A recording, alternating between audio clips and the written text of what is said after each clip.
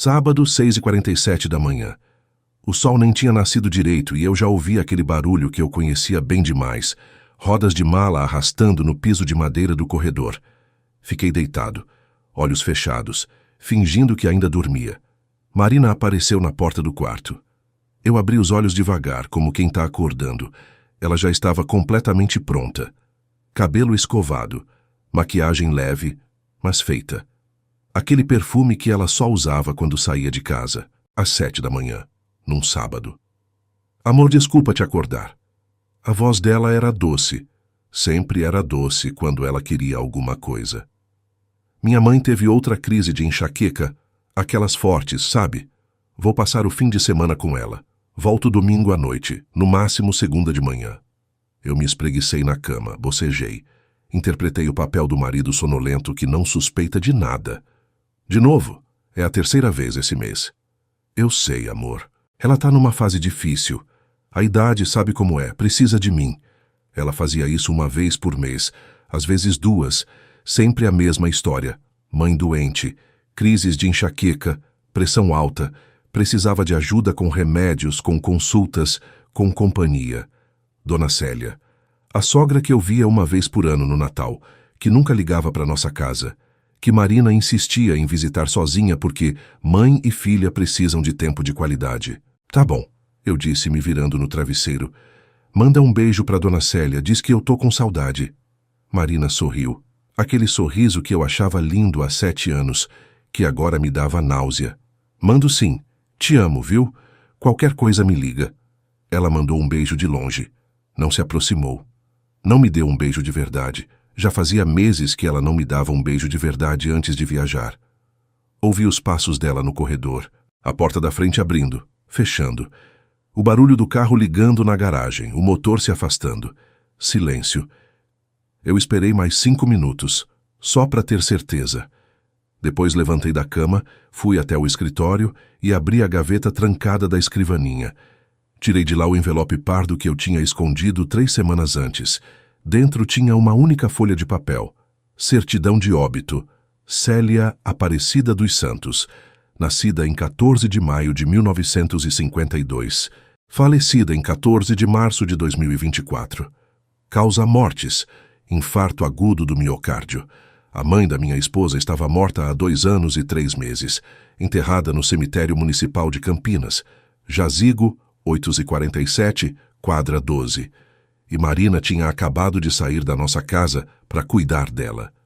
Eu sentei na cadeira do escritório segurando aquele papel e senti uma calma estranha tomar conta de mim. Não era raiva, não ainda. Era algo mais frio, mais calculado. Era a certeza de que minha esposa estava me enganando de um jeito muito mais elaborado do que uma simples traição. E eu ia descobrir exatamente o quê. Meu nome é Ricardo Andrade. Tenho 38 anos. Nasci e cresci em Campinas, interior de São Paulo. Trabalho como analista de sistema sênior para uma empresa de logística multinacional. Salário de R$ 14.500 por mês, mais bônus trimestral que varia entre R$ 3.000 e R$ 7.000, dependendo das metas. Não é fortuna, mas é uma vida confortável. Pago as contas, tenho um carro decente, moro num apartamento de 2 quartos num bairro bom. Meu trabalho é basicamente isso: analisar dados, encontrar padrões, identificar anomalias, resolver problemas que outras pessoas nem sabem que existem. Irônico, né? Eu passo o dia inteiro procurando inconsistências em sistemas corporativos e não vi as inconsistências dentro da minha própria casa por anos. Ou talvez eu tenha visto e não quis enxergar. Isso também é possível. Conheci Marina em 2017, numa festa de confraternização de fim de ano. Ela trabalhava como recepcionista num consultório odontológico no mesmo prédio comercial da minha empresa. A gente se cruzava no elevador às vezes, mas nunca tinha conversado direito. Naquela festa, ela veio falar comigo. Disse que me achava interessante, que eu parecia diferente dos outros caras. Eu era tímido, meio travado. Não sabia muito bem como agir perto de mulheres bonitas. E Marina era bonita. Cabelo castanho longo, olhos verdes, sorriso fácil. A gente começou a sair. 3 meses depois, ela se mudou para o meu apartamento. 6 meses depois, a gente casou. Tudo muito rápido, olhando agora, mas na época parecia certo. Parecia que eu tinha encontrado a pessoa que ia passar o resto da vida comigo. Os primeiros anos foram bons, de verdade. A gente viajava junto, saía para jantar, assistia série abraçado no sofá. Eu era feliz, pelo menos achava que era. Lá pelo 3º ano as coisas começaram a mudar. Marina ficou mais distante, mais no celular, mais irritada com coisas pequenas. Ela dizia que era estresse do trabalho, que o consultório estava exigindo muito dela, que ela precisava de espaço. Eu dei espaço. As visitas à mãe começaram no 4º ano de casamento, uma vez por mês no começo. Ela ia sexta à noite e voltava domingo. Dizia que Dona Célia estava com a saúde frágil e precisava de companhia. Eu nunca questionei. Por que questionaria? Era a mãe dela. Eu até me ofereci para ir junto algumas vezes. Marina sempre tinha uma desculpa. Ela prefere só visitas da família próxima. Tá muito debilitada, não quer que ninguém veja ela assim. A gente precisa de tempo de mãe e filha, você entende, né? Eu entendia, ou achava que entendia. Nunca tivemos filhos. Essa era outra coisa que me incomodava, mas que eu engolia. Lá pelo 2º ano de casamento, eu comecei a falar sobre isso. Sobre ter uma família, sobre ser pai. Marina sempre desconversava. Ainda não tô pronta. Quero aproveitar mais a gente dois. Ano que vem a gente conversa sobre isso. Ano que vem virou no outro ano. E no outro, e no outro. Eu tinha 38 anos, ela tinha 35. O relógio biológico não espera para sempre, mas toda vez que eu tocava no assunto, ela ficava na defensiva. Você tá me pressionando. Não quero me sentir obrigada. Se acontecer, acontece naturalmente. Eu parei de insistir. Achei que talvez ela simplesmente não quisesse ser mãe. Doía, mas eu amava ela. Eu aceitaria. A descoberta da certidão de óbito foi completamente acidental. 3 semanas antes daquele sábado, eu estava procurando um documento antigo. A escritura do apartamento, que eu precisava para um refinanciamento. O apartamento era meu. Comprado antes do casamento, em 2016, com a herança que meu pai deixou quando morreu. Estava quase quitado. Eu queria refinanciar para fazer uma reforma na cozinha. Fui mexer nas caixas do armário do quarto de hóspedes. Aquele armário que vira depósito de tudo que a gente não sabe onde guardar.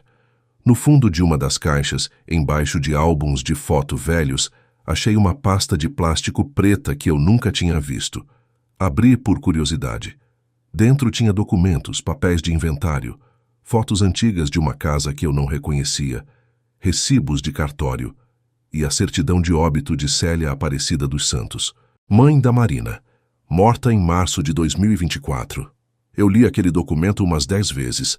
Achei que era engano, que era de outra pessoa, que eu estava entendendo errado, mas não tinha erro, nome completo, CPF, data de nascimento compatível com a idade que Marina dizia que a mãe tinha. Dona Célia tinha morrido há mais de 2 anos e Marina continuava indo cuidar dela, todo mês. Minha primeira reação foi confrontar ela. Imediatamente. Mostrar o documento na cara dela e exigir explicações. Mas eu não fiz isso. Sabe por quê? Porque eu sou analista de dados. E quando você encontra uma anomalia num sistema, você não sai gritando pelos corredores. Você investiga. Você mapeia. Você entende o tamanho do problema antes de tentar resolver. Se Marina estava mentindo sobre a mãe estar viva, ela estava mentindo sobre muito mais. E eu precisava descobrir o quê? Agora, antes de eu te contar o que eu descobri nas semanas seguintes, deixa eu te pedir uma coisa.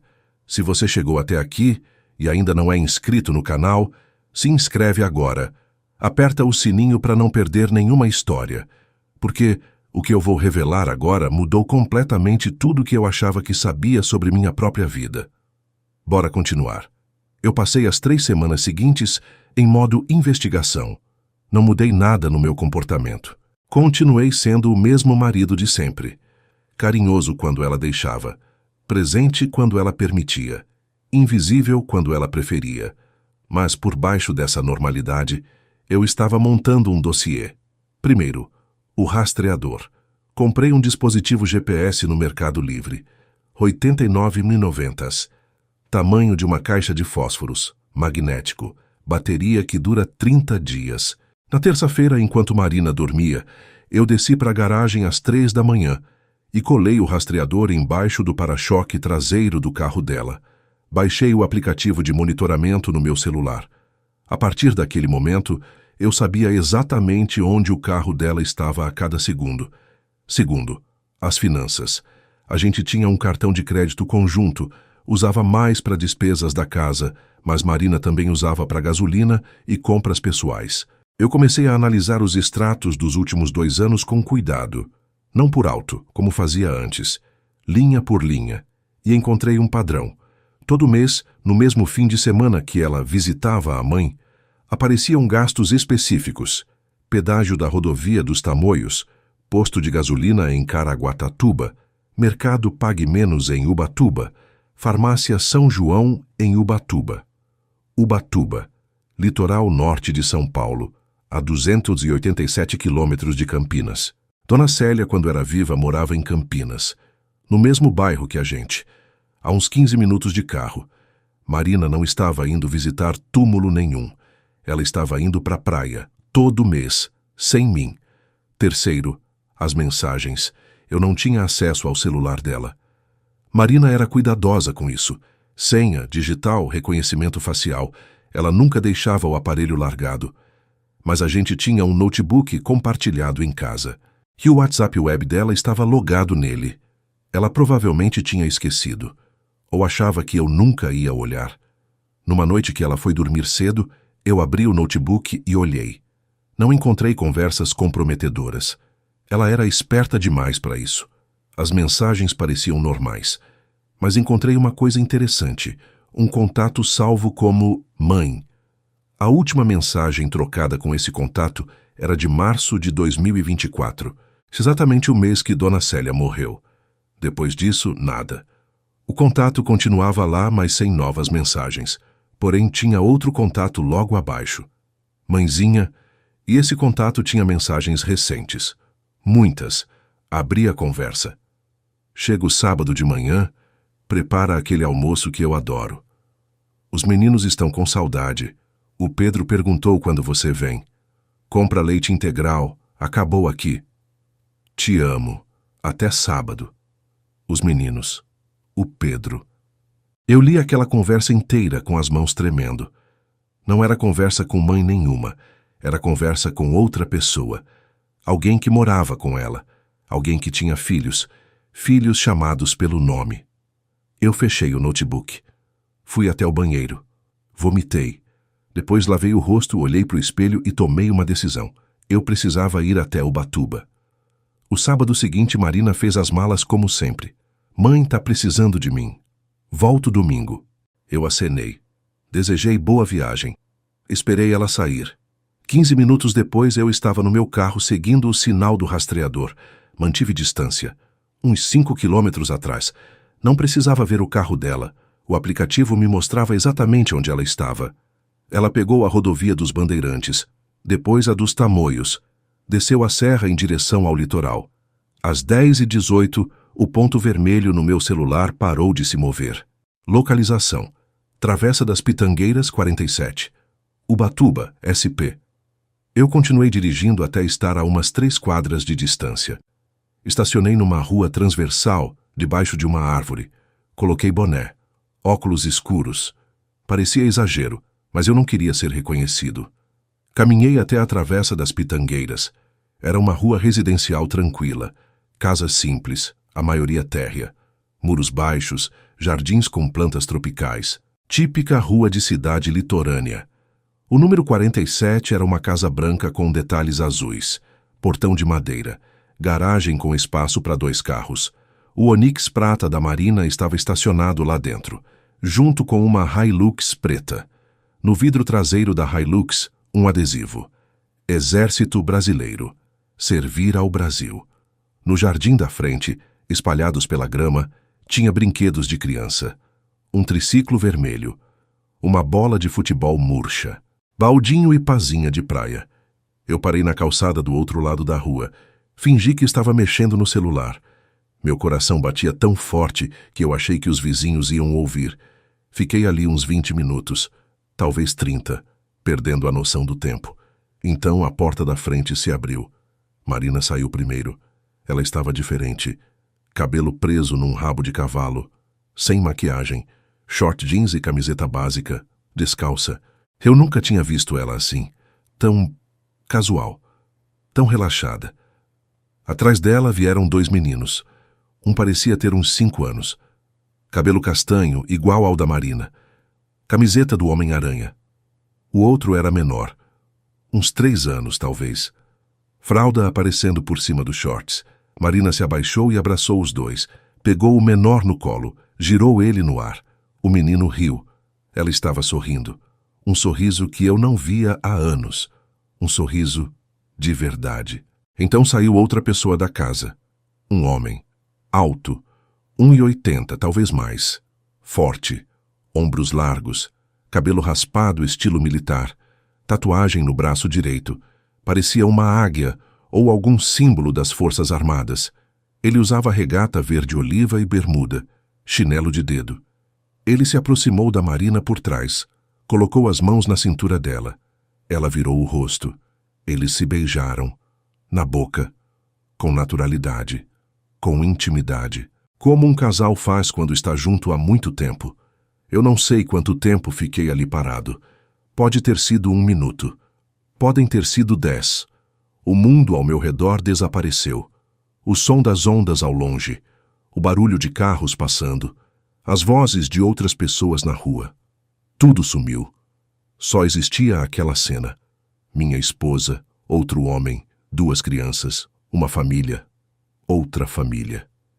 Eu voltei para o carro no piloto automático, sentei no banco do motorista, tranquei as portas e então eu chorei. Pela primeira vez em anos eu chorei de verdade, daquele jeito que faz o corpo inteiro tremer, que aperta o peito, que deixa você sem ar. Não sei quanto tempo fiquei ali.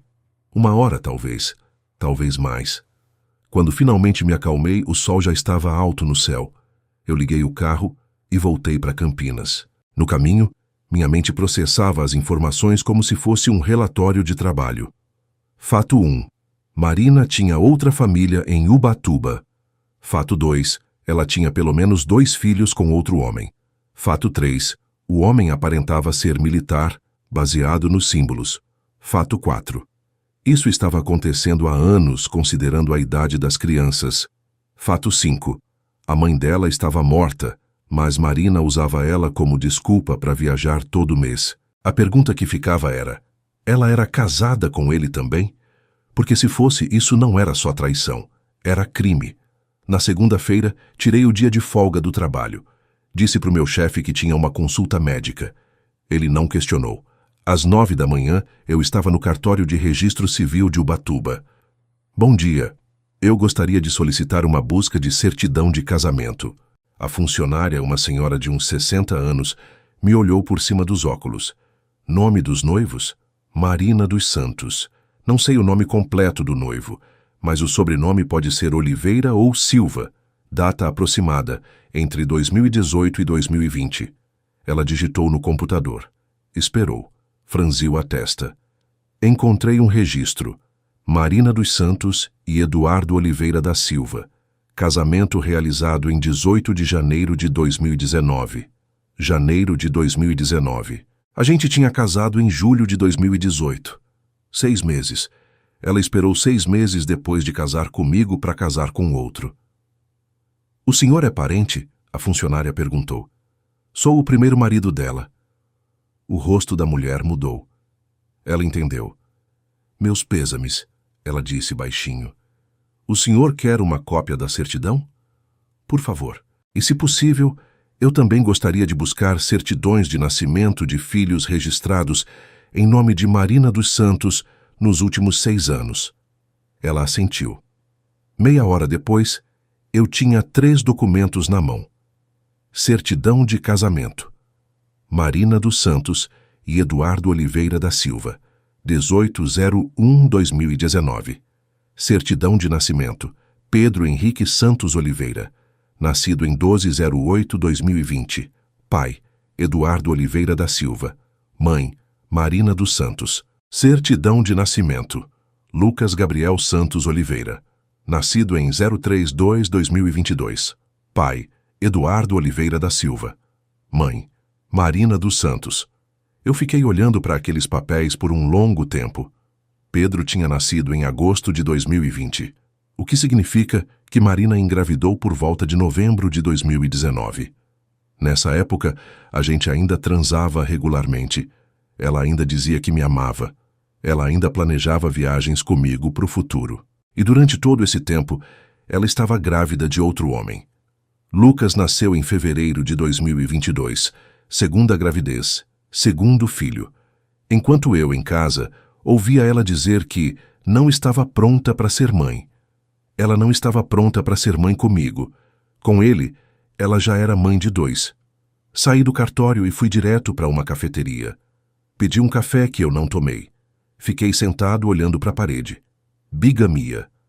Artigo 235 do Código Penal Brasileiro. Crime contra a família. Pena de 2 a 6 anos de reclusão. Minha esposa era uma criminosa e eu tinha sido otário por 7 anos. Agora, antes de eu te contar como foi o confronto, preciso te pedir um favor. Se essa história está te deixando ansioso para saber o que aconteceu, deixa um like nesse vídeo. Esse botãozinho ali embaixo faz uma diferença enorme para o algoritmo. E se você ainda não é inscrito no canal, se inscreve agora e ativa o sininho. Porque a parte que vem a seguir é o momento que eu esperei semanas para viver. Bora. Eu podia ter ido à polícia naquele mesmo dia, podia ter mostrado os documentos, registrado queixa, deixado a justiça resolver. Mas eu não queria só justiça. Eu queria que Marina sentisse o que eu estava sentindo. Queria que ela olhasse na minha cara e soubesse que eu sabia. Queria ver a máscara cair em tempo real. E queria que o outro soubesse também. Esse Eduardo, esse sargento do exército, esse homem que criava 2 filhos achando que tinha uma esposa dedicada. Ele era tão vítima quanto eu. Passei as 2 semanas seguintes organizando tudo. Imprimi todos os documentos. Certidão de casamento minha com Marina. Certidão de casamento dela com Eduardo. Certidões de nascimento dos meninos. Certidão de óbito da dona Célia. Extratos bancários mostrando os gastos em Ubatuba. Screenshots do rastreador. Prints das mensagens que eu tinha conseguido ver. 147 páginas no total. Organizei em ordem cronológica. Coloquei em pastas separadas. Fiz 3 cópias de tudo. Uma para mim, uma para o meu advogado, uma para a polícia. Na quinta-feira, me reuni com o Dr. Henrique Moreira, advogado criminalista e de família. Indicação de um colega de trabalho que tinha passado por divórcio. 800 reais a consulta. Eu paguei sem pestanejar. Mostrei tudo para ele. Documentos, evidências, linha do tempo. Ele leu em silêncio por quase meia hora. Quando terminou, tirou os óculos e me olhou com uma expressão que misturava profissionalismo e pena. Senhor Ricardo, em 23 anos de advocacia, eu vi muita coisa. Mas um caso tão bem documentado de bigamia eu nunca tinha visto. O que eu posso fazer? Várias coisas. Primeiro, você pode pedir anulação do seu casamento em vez de divórcio. Como ela cometeu fraude ao casar com você, já tendo outro casamento válido, você tem direito à anulação. A diferença é importante. Na anulação por fraude, não existe divisão de bens. Ela não tem direito a nada do que é seu. E o apartamento? Está no seu nome? Sim, comprei antes do casamento. Então é patrimônio particular seu. Ela não tem direito nenhum. E quanto ao crime? Bigâmia é crime previsto no artigo 235 do Código Penal. Pena de reclusão de 2 a 6 anos. Se você quiser, pode registrar queixa-crime e ela será processada criminalmente além do processo de anulação. Eu quero. Ele assentiu. Tem mais uma coisa que o senhor precisa saber. O segundo casamento dela é nulo de pleno direito. Isso significa que, tecnicamente, ela nunca foi casada com esse Eduardo. O casamento deles não existe juridicamente. E os filhos? Os filhos são legítimos independente da situação do casamento. Isso não afeta eles, mas o Eduardo pode pedir anulação também se quiser. Saí do escritório do advogado com um plano claro. Passo 1. Registrar queixa-crime na delegacia de Ubatuba, já que foi lá que o segundo casamento aconteceu. Passo 2. Conseguir apoio de uma autoridade para estar presente no momento do confronto. Passo 3. Confrontar Marina e Eduardo juntos na casa de Ubatuba. Passo 4. Deixar que as consequências legais seguissem seu curso. Na quinta-feira dirigi até Ubatuba de novo. Fui direto à delegacia de polícia civil. Pedi para falar com o delegado de plantão. Tive sorte. O delegado Roberto Ferreira era um homem prático, 50 e poucos anos, bigode grisalho, olhar de quem já viu de tudo. Mostrei os documentos. Expliquei a situação. Ele leu tudo com atenção. Fez algumas perguntas. Anotou detalhes. Senhor Ricardo, o senhor tem um caso sólido aqui. Vou abrir um inquérito policial. A sua esposa será notificada oficialmente e terá que prestar depoimento. Delegado, eu tenho um pedido. Diga. Eu quero confrontar ela pessoalmente. Na casa dela, aqui em Ubatuba, com o outro marido presente. Quero que ela seja notificada na minha frente, para que ela saiba que fui eu que descobri. Ele me olhou por um longo momento. Isso é pouco ortodoxo. Eu sei, mas eu passei 7 anos sendo enganado. Eu acho que tenho direito a pelo menos isso. Ele pensou. Coçou o bigode. Tá bem, eu vou junto com o senhor para fazer a notificação oficial. Mas o senhor mantenha calma, sem agressão, sem ameaça. Entendido? Entendido. Quando o senhor quer fazer isso? Sábado que vem, quando ela estiver lá. Voltei para Campinas e esperei. A semana passou devagar. Cada dia parecia ter 100 horas. Marina continuava agindo normalmente, sorrindo quando convinha, beijando minha testa antes de dormir, mandando mensagens carinhosas durante o dia. Te amo, meu amor. Mal posso esperar para te ver hoje à noite. Você é o melhor marido do mundo. Eu respondia. Fingia normalidade, interpretava meu papel. Mas por dentro eu estava contando os minutos. Na sexta à noite ela começou a arrumar a mala. Amor, vou para casa da minha mãe amanhã cedo. Ela tá precisando de mim de novo. Tudo bem, eu disse. Vai tranquila. Você é tão compreensivo.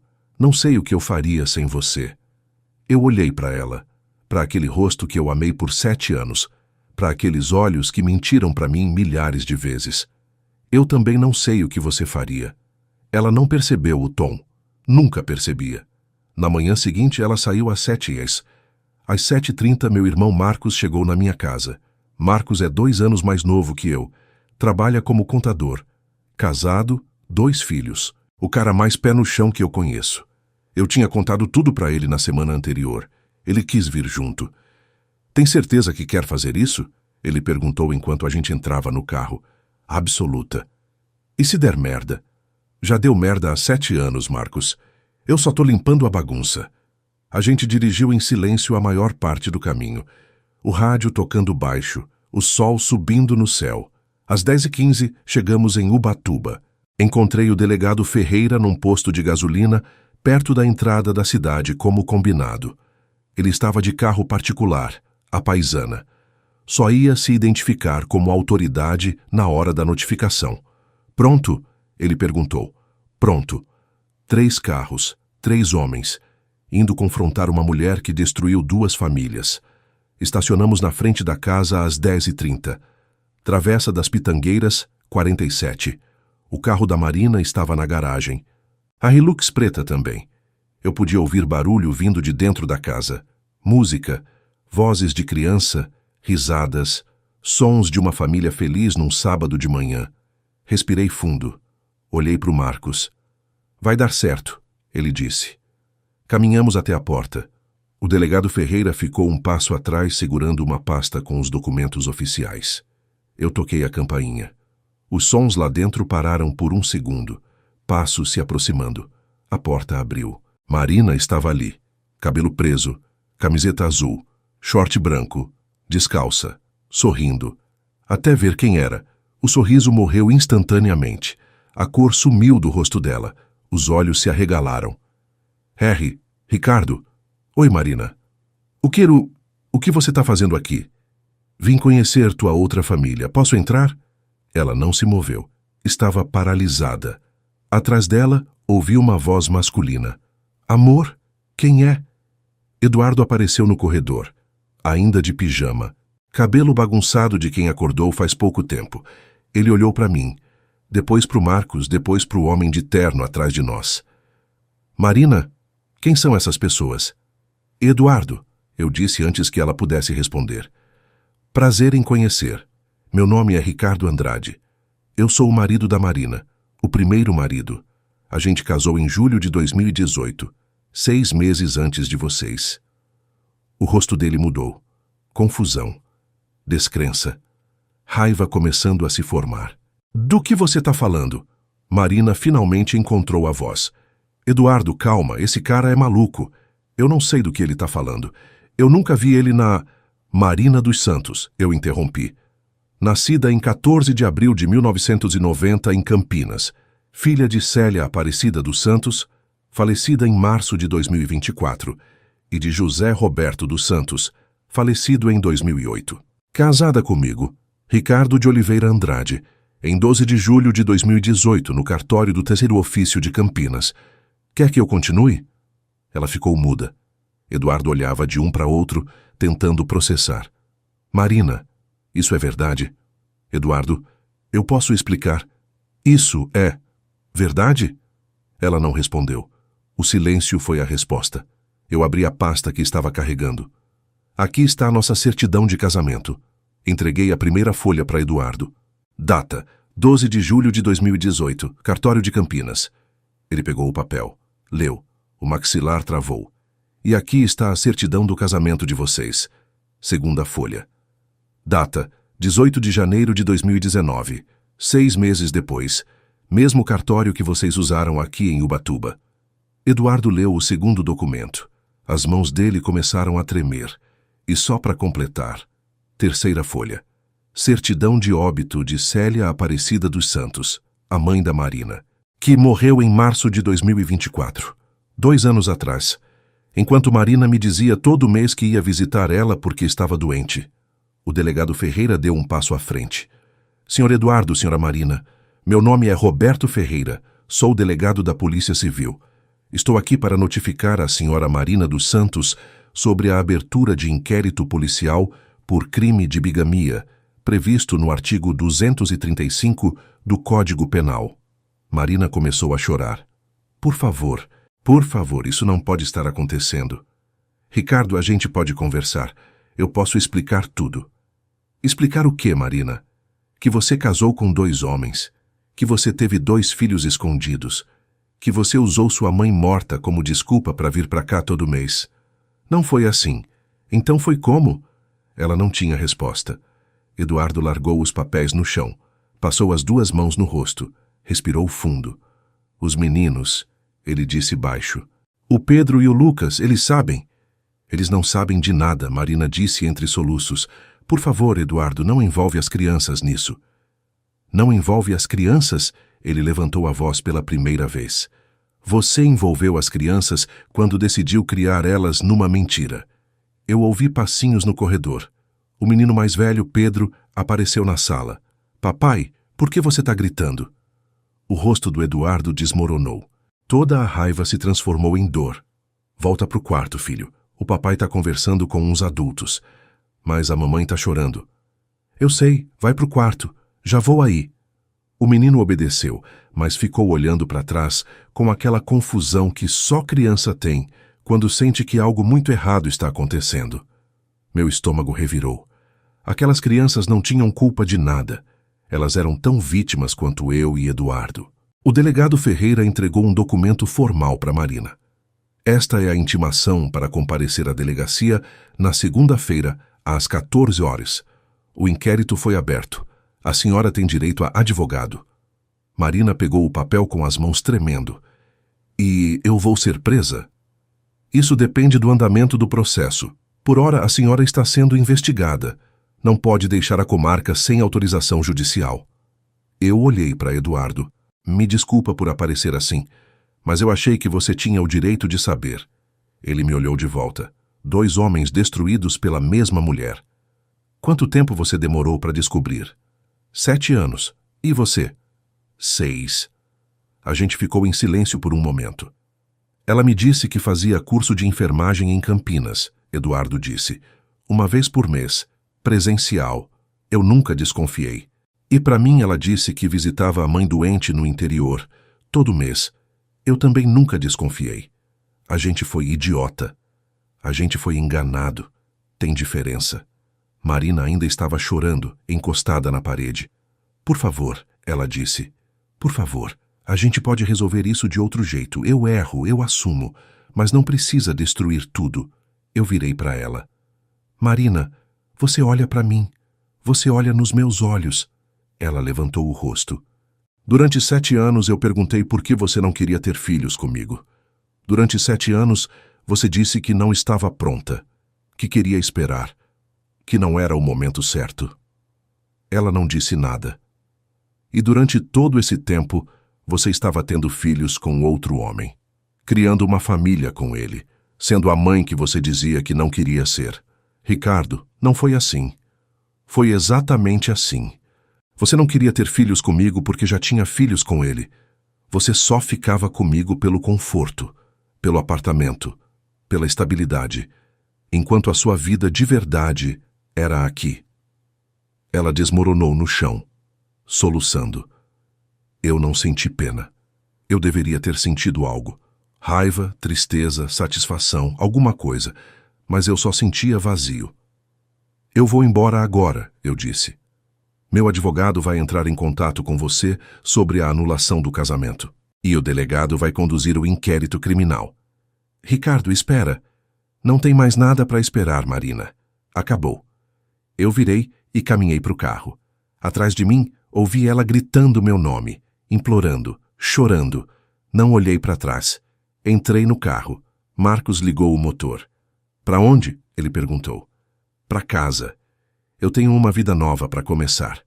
O processo de anulação foi finalizado em 3 meses.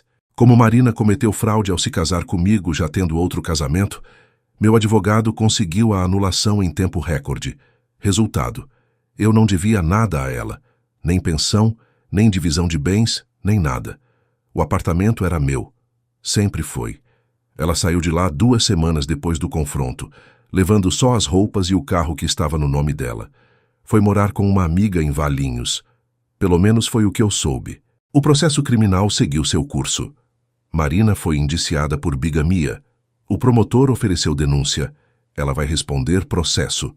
A pena prevista é de 2 a 6 anos. Provavelmente vai pegar regime aberto ou semiaberto, já que é ré primária e tem 2 filhos menores. Mas vai ter ficha criminal. Vai ter antecedente. Vai carregar isso para o resto da vida. Eduardo também pediu divórcio, quer dizer, anulação. Porque tecnicamente o casamento deles nunca existiu juridicamente. Ele ficou com a guarda das crianças. Marina tem direito a visitas, mas supervisionadas. A gente se falou algumas vezes depois daquele dia. Na primeira ligação, ele ainda estava em choque. Cara, eu não consigo processar. 6 anos. 6 anos casado com uma mulher que tinha outro marido. Como eu não vi? Eu também não vi por 7 anos. Ela era boa no que fazia. Os meninos perguntam pela mãe todo dia. Eu não sei o que falar para eles. Fala a verdade, adaptada para a idade deles, mas a verdade.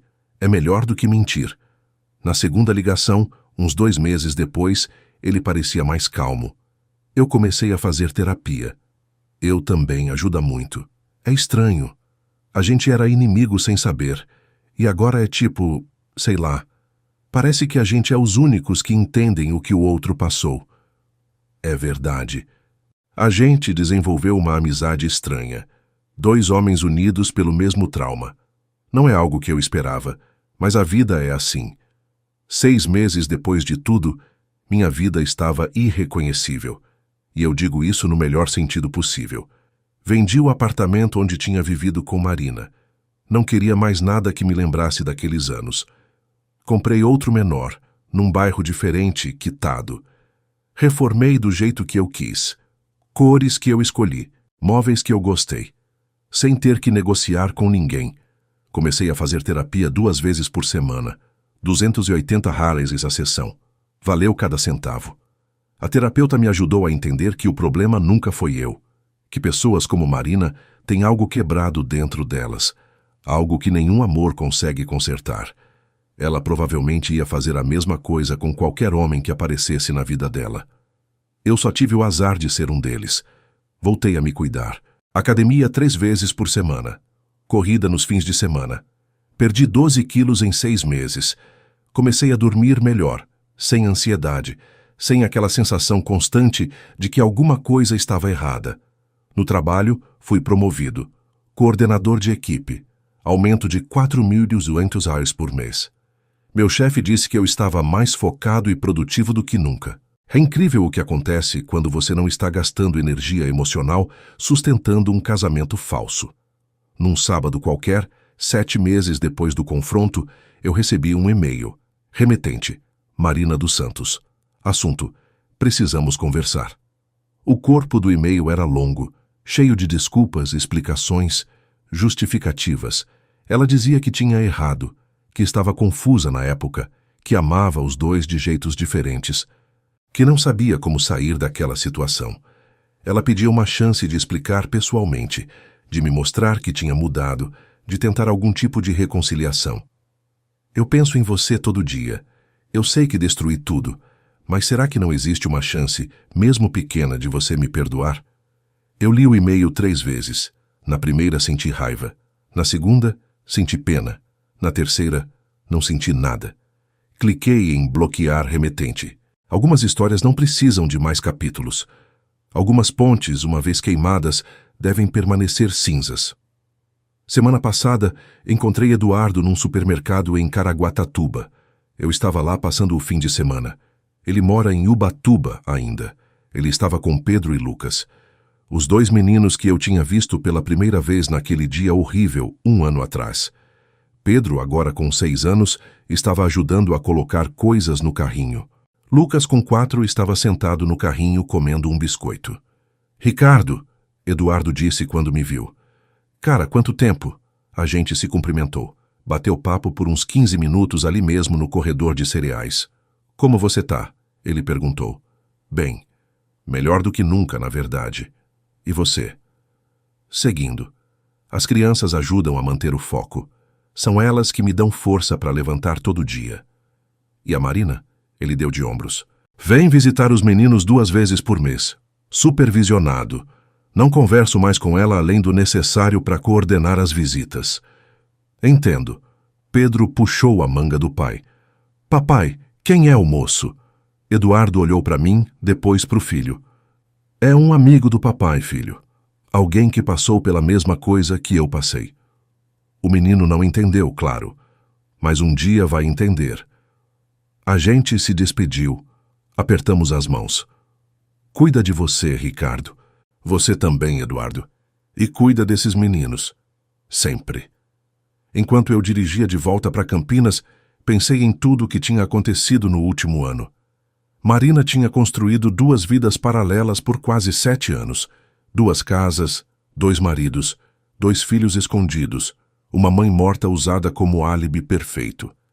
Ela achava que era esperta demais para ser pega, mas esqueceu de um detalhe. Eu trabalho com dados. Eu analiso padrões. Eu encontro inconsistências. E quando você vive uma mentira por tempo suficiente, sempre deixa rastros, pedágios, cartões de crédito, certidões, mensagens. Os dados nunca mentem. E essa foi a história do Ricardo. Uma história sobre traição, sobre mentiras, sobre uma mulher que achou que podia ter tudo e acabou perdendo tudo. Se você chegou até o final, eu preciso te pedir 3 coisas. Primeiro, deixa um like nesse vídeo. Esse botãozinho ali embaixo parece pouco, mas faz uma diferença enorme para o algoritmo. Quanto mais likes, mais pessoas vão ver essa história e talvez se identificar com ela. Segundo, se inscreve no canal. A gente posta histórias de traição, karma e justiça toda semana. Histórias reais de pessoas que descobriram a verdade e tiveram coragem de agir. Se você curtiu essa, você vai amar as próximas. Terceiro, ativa o sininho. Sem isso, o YouTube não te avisa quando sair vídeo novo, e você pode perder histórias ainda mais intensas que essa. Agora me conta nos comentários. Você acha que o Ricardo foi certo em confrontar a Marina na frente do outro marido? Ou deveria ter deixado a polícia resolver sozinha? Eu quero muito saber a tua opinião. E se você conhece alguém que está desconfiado do parceiro, alguém que sente que alguma coisa não bate, manda esse vídeo para essa pessoa. Às vezes, a gente só precisa de um empurrão para ir atrás da verdade. Porque a verdade, no final, sempre aparece. Pode demorar 7 anos, pode demorar 10, mas ela aparece. E quando aparece, não tem mentira que segure. Meu nome é Ricardo Andrade. Eu tenho 39 anos agora. Sou analista de sistemas, coordenador de equipe, dono do meu próprio apartamento, solteiro, livre. Eu fui casado com uma bígama por 7 anos sem saber. Hoje, eu sou só um cara normal, vivendo uma vida normal, dormindo em paz toda noite. E isso, meus amigos, não tem preço. Nos vemos no próximo vídeo.